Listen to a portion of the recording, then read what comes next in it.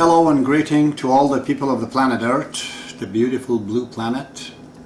I am Pastor Mori, a Baha'i, God willing, and I'm taking essentially the first chapter to introduce you to a practical religion, a practical Baha'i faith that every day can be practiced. Prepare some notes for myself.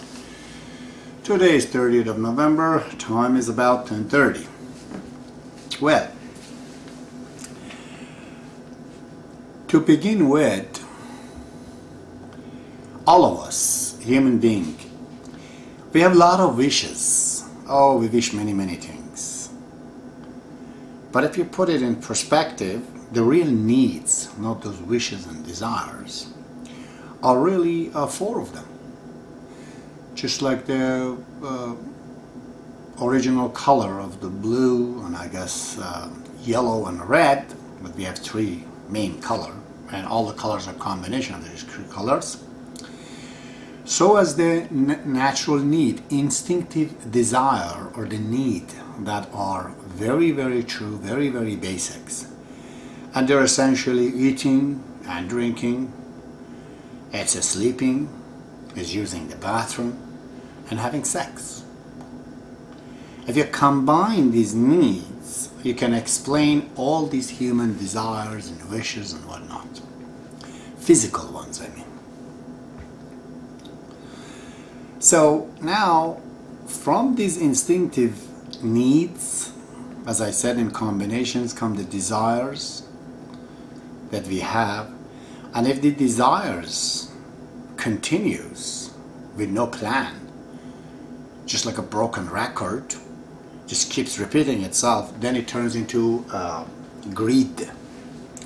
The person doesn't know why is he collecting it. You just keep doing it. It becomes greedy over one thing. And just like the energies that we have in nature, a potential energy changes into a kinetic energy, and energy, as the kinetic energy continues, it becomes heat energy, and then it becomes a light energy. So as these desires that we have, they're all interchangeable.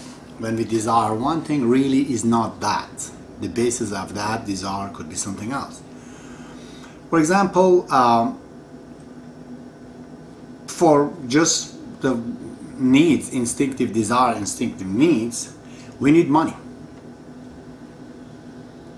in order to eat, in order to, buy a house, to sleep in it, and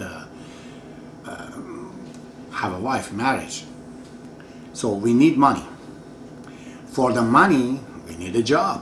So when we need job, we really is because we need money. When we need money, is because we need, to have our needs fulfilled. And for the job, we need a license, we need a degree, we need some education, we have to go to college, university, and for that, we need to have certain means of, commuting and reaching to there, such as car or other tools.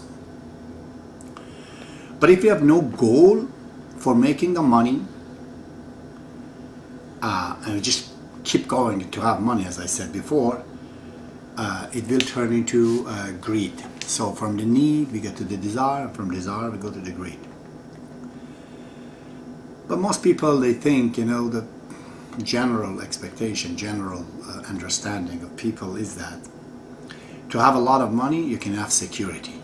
That is not the case.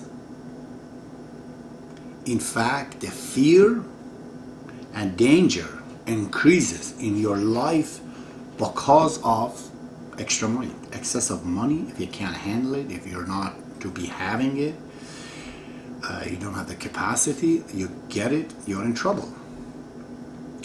Imagine, I always say to myself when I saw that day in TV that the Kennedy Jr. Airplane in the night, I guess, in the stormy night, went down into the lake and he died. A beautiful, gentleman. And I said to myself, look, thanks God we're not rich to have an airplane. One other means to die. We don't have airplanes, so we wouldn't die in an airplane. So it can create a problem. Extra money, it just extra tools, extra things. For example, look at this lawsuit that's happening every day to Michael Jackson, to this big fellow Canadian black. They are just after them all the time, and it confirms the word of Baha'u'llah in his book that is basically the will and testament for mankind, where it says, quote, "In earthly riches fear is hidden and peril is concealed." In page 85 of the book called "The Tablets Revealed After Kitab Ardas," that is there. You can find it on the internet at the Baha'iLibrary.org. So it is amazing that Baha'u'llah has predicted for us. As I told you before, his words are guaranteed. When he says there's fear in the money, there is. I have tested that so many times, you know. As we grow up, in childhood, the adult and child, there's no difference between them except that the adults at age 15 and up, they have sex. Otherwise, the eating and the sleeping and using bathroom, we and children are all the same. As soon as this fourth desire, instinctive need, happens, which is sex, a huge things happen in their life. Just like a two-color picture of, you know, blue and red, all of a sudden it becomes a full color picture. This sex desire, when it adds to the human desire, it changes the life of the humanity from a child and the toys to everything that you know. As a psychology of the West like to trace back, if you look at it, the difference between child and adult and his desires and his world, everything that's in there, you know, one different basic things they have, and that is the reaching to have sex. So sex is an amazing thing. It's like I've written it here. It's just that it's like installing, you know, activating the last part of this computer of the body, and the capacity becomes great, and the desires of the spirit, which is not an instinct desire, the soul, which is independent of the body but in communication with body, starts to kick in. That is when we, because of this having sex after 15 and up, we start to create in ourselves wisdom, you know, wisdom and knowledge and so on. And we essentially, just quickly thinking that we deal with these questions. Everyone does as an instinctive. Where am I coming from? Why is your father? Daddy, how did I was born? So seeking to go to the origin, like the salmon fish, as the desire of the spirit kicks in. You can say the second one is that you want to be loved and you want to love somebody. These two, the main spiritual desire that comes into effect. Now let's go back to this instinctive desire and impact on it in our life, and talking practically.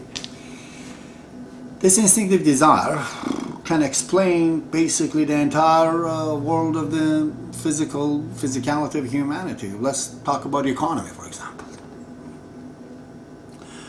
I'm going to use this economy because economy is what we need to get to buy those houses and the cars, you know, because we need to eat in that house, and we need to have sex in that house, and we need to sleep in that house, and we need to live, basically.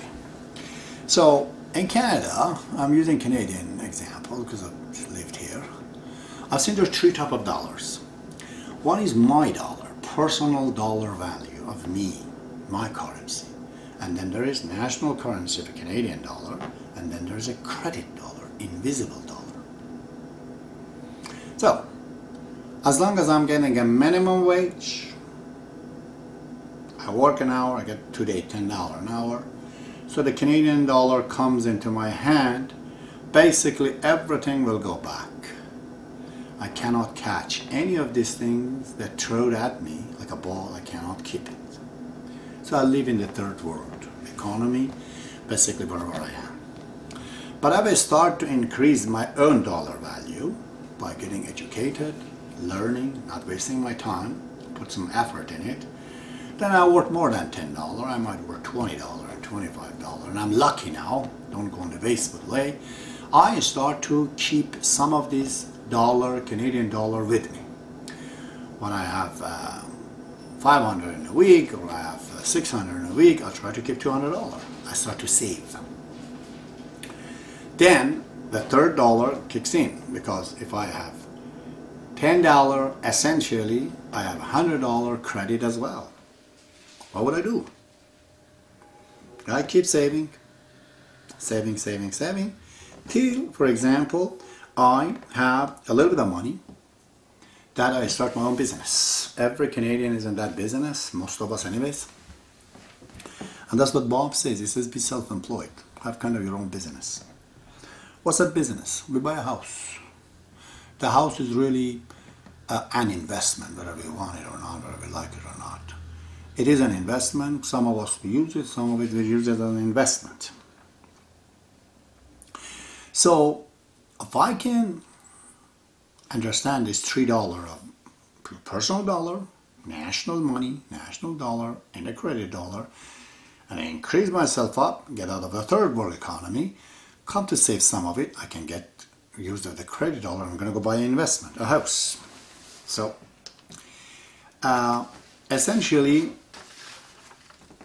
this is very, very important. It seems that